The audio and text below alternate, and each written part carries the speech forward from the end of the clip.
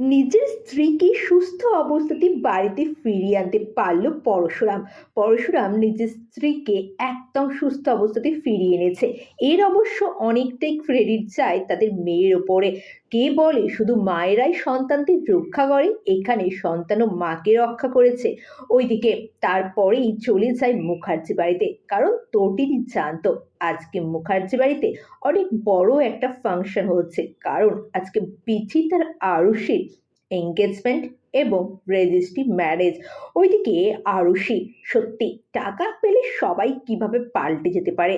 কদিন আগে বিচিত তাকে বিক্রি করে দিচ্ছিল বাজারে, মেরে ফেলতে চাইছিল, তারপরেও সেই আরুষি আবার বিচিতকে বিয়ে করতে চাইছে। ওইদিকে বিচিতের তো আনন্দ ধরছেই না, এতদিন ধরে যেটা চাইছিল সেটা পেয়ে গেছে, তটিনী গাঙ্গুলিকে রাস্তা থেকে সরাতে পেরেছে। ওইদিকে তটিনীর বাবা আর মা, তাদের উপরে শুরু হয় অকথ্য অত্যাচার, সেটা আপনারা দেখতে পাবেন। কিন্তু তটিনী মুখার্জি বাড়িতে আসার সাথে সাথেই সবাই চমকে গেল, মনে হলো সবাই ভূত দেখছে।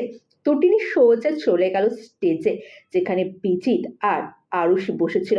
প্রথমে আরুষকে গিয়ে বলল, কিরে তুই ভুলে গেলি না, কদিন আগেও এই ছেলেটা তোকে কি করতে চাইছিল, তোকে মেরে ফেলতে চাইছিল, তোকে বিক্রি করে দিতে চাইছিল। হসপিটালের বেড থেকে আমি তোকে বাঁচিয়েছিলাম, তোর জামাইবাবু তোকে বাঁচিয়েছিল এই ছেলেটার হাত থেকে। আর আজকে আবার আবার সেই ভুল তুই করতে চাইছিস বোন। একজন মানুষ একই ভুল যদি দুবার করে তার কিন্তু কোনো ক্ষমা হয় না। আরুষিকে স্পষ্ট বলে দিল তটিনী। ওইদিকে তটিনী আর কর্ণ চ্যাটার্জি, তটিনী কর্ণ চ্যাটার্জিকে বলল, কি ভেবেছিলেন এত সহজে তটিনী গাঙ্গুলিকে রাস্তা থেকে সরিয়ে দেবেন? এটাও কি সম্ভব? যতদিন পরশুরাম আছে ততদিন তটিনী কিচ্ছু করতে আপনারা পারবেন না।